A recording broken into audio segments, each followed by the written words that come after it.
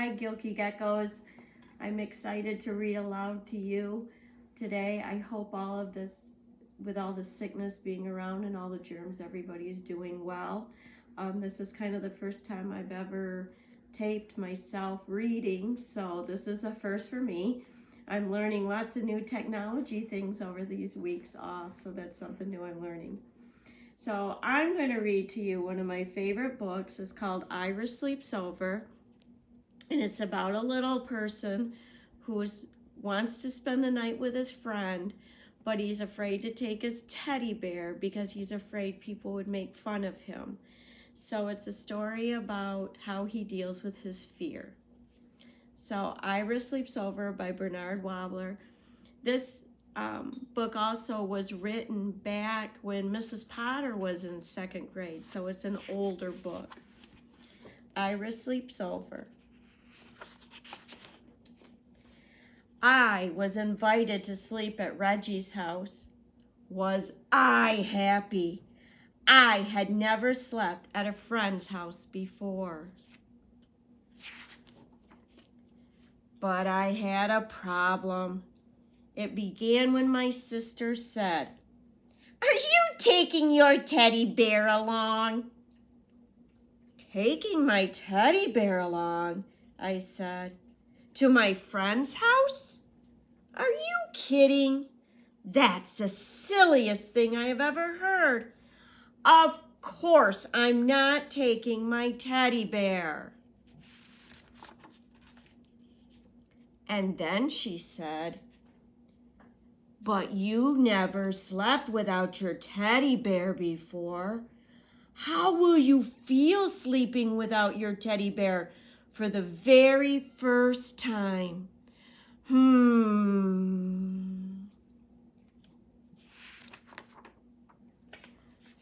"I'll feel fine. I'll feel great. I will probably love sleeping without my teddy bear. Just don't worry about it," I said. "Who's worried?" she said. But now she had me thinking about it. Now she really had me thinking about it. I began to wonder, suppose I won't like sleeping without my teddy bear? Suppose I just hate sleeping without my teddy bear? Should I take him?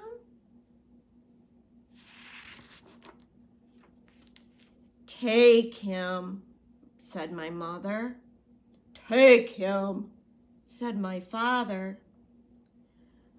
"But Reggie will laugh," I said. "He'll say I'm a baby." "He won't laugh," said my mother. "He won't laugh," said my father. "He'll laugh," said my sister. I decided not to take my teddy bear.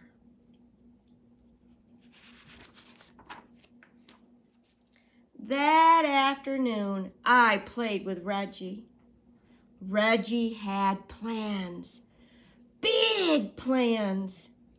"Tonight," he said, "when you come to my house, we are going to have fun, fun, fun. First, I'll show you my junk collection. And after that, we'll have a wrestling match. And after that, a pillow fight. And after that, we'll do magic tricks. And after that, we'll play checkers. And after that, we'll play dominoes. And after that, we can fool around with my magnifying glass." "Great," I said. "I can hardly wait." "By the way," I asked, "what do you think of teddy bears?"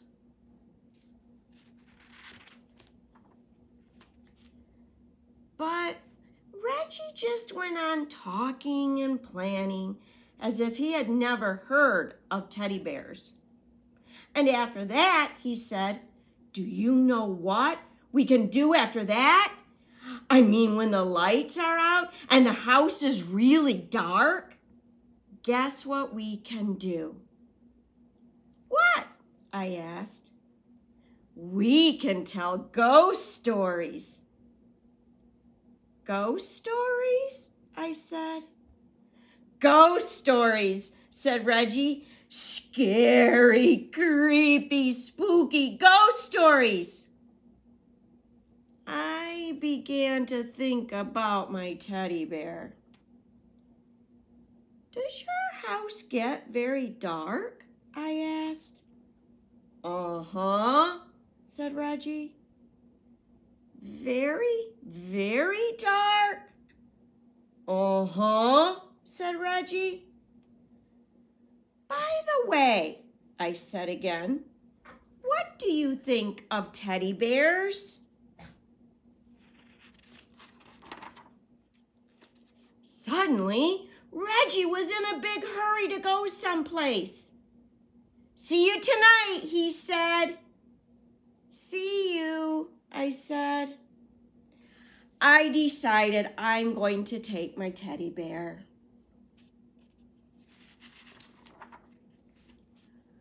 Good, said my mother. Good, said my father. But my sister said, what if Reggie wants to know your teddy bear's name? Did you think about that?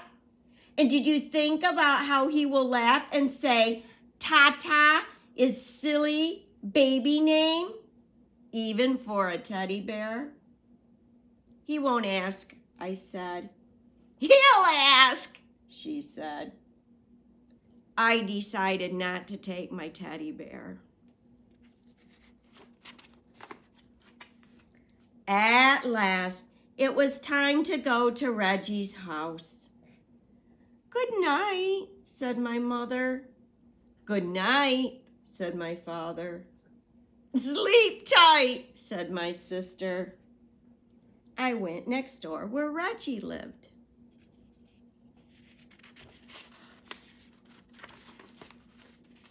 That night, Reggie showed me his junk. He showed me his flashlight, his collection of bottle caps, a chain made of chewing gum wrappers, some picture postcards, an egg timer, jumbo goggles, a false nose and mustache, and a bunch of old rubber stamps and labels from his father's office. We decided to play office with the rubber stamps.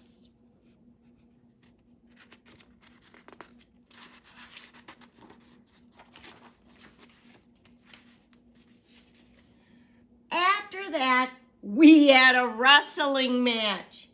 And after that, we had a pillow fight. And after that, Reggie's father said, bedtime.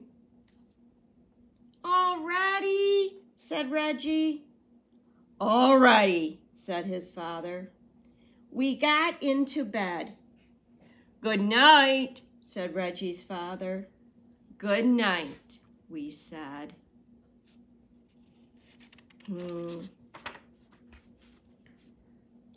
Reggie sighed.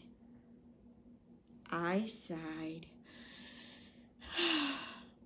We can still tell ghost stories, said Reggie. Do you know any? I asked. Uh-huh, said Reggie. Reggie began to tell a ghost story. Once there was this ghost, and he lived in a haunted house, only he did most of the haunting himself.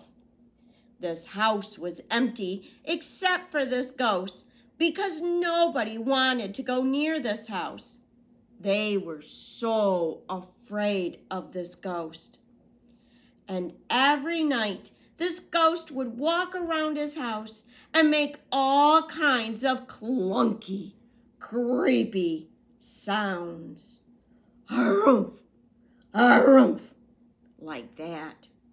and he would go around looking for people to scare because that's what he liked most to do, scare people.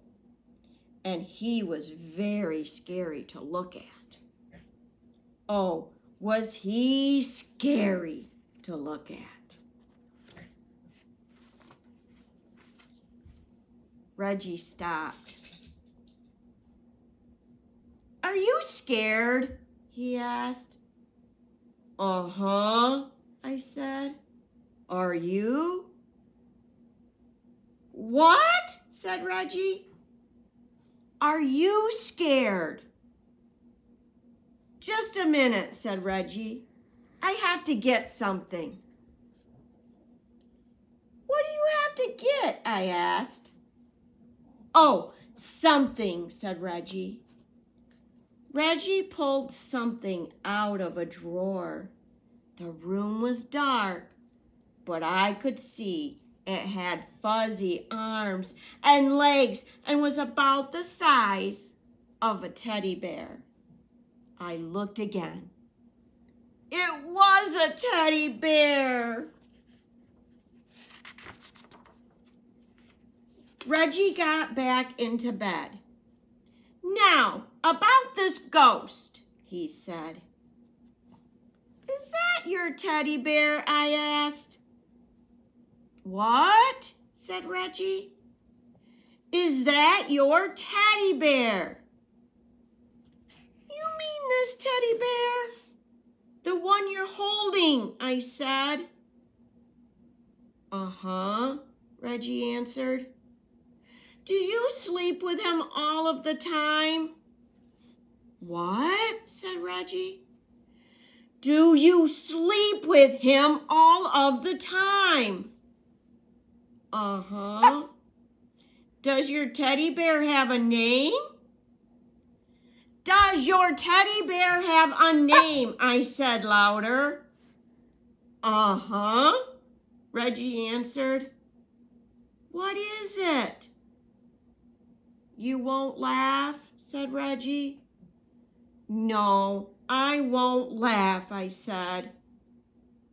"Promise?" "I promise." "It's Foo-Foo." "Did you say Foo-Foo?" "Uh-huh," said Reggie. "Just a minute," I said. "I have to get something." "What do you have to get?" Reggie asked. "Oh, something," I answered. The next minute, I was ringing my own doorbell. The door opened. "Ira!" everyone said. "What are you doing here?" "I changed my mind," I answered. "You what?" said my mother. "You what?" said my father. "You what?" said my sister. She was still up. "I changed my mind," I said. "I decided to take Tata after all." I went upstairs.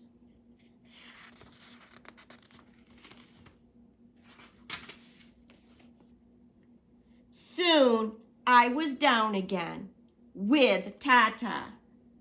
My sister said, what do you think she said? "Reggie will laugh. You'll see how he'll laugh. He's just going to fall down laughing." "He won't laugh," said my mother. "He won't laugh," said my father. "He won't laugh," I said. I came back to Reggie's room. "I have a teddy bear too," I said. "Do you want to know his name?" I waited for Reggie to say, "Uh-huh." But Reggie didn't say, "Uh-huh." Reggie didn't say anything. I looked at Reggie. He was fast asleep. Just like that, He had fallen asleep. "Reggie, wake up," I said. "You have to finish telling the ghost story." But Reggie just held his teddy bear closer and went right on sleeping. And after that, well, there wasn't anything to do after that. "Good night," I whispered to Tata, and I fell asleep too. I hope all of my Gilkey Gecko friends are falling asleep for their moms and dads. I hope everyone is enjoying themselves being home, but are safe. Probably cannot spend the night with friends right now, but we all are missing you at school, and I can't wait to see everybody back. And I have to say, my pet dog, Layla, was barking in the story and wanted to be part of the story too. So, thank you. Have a safe week. Night.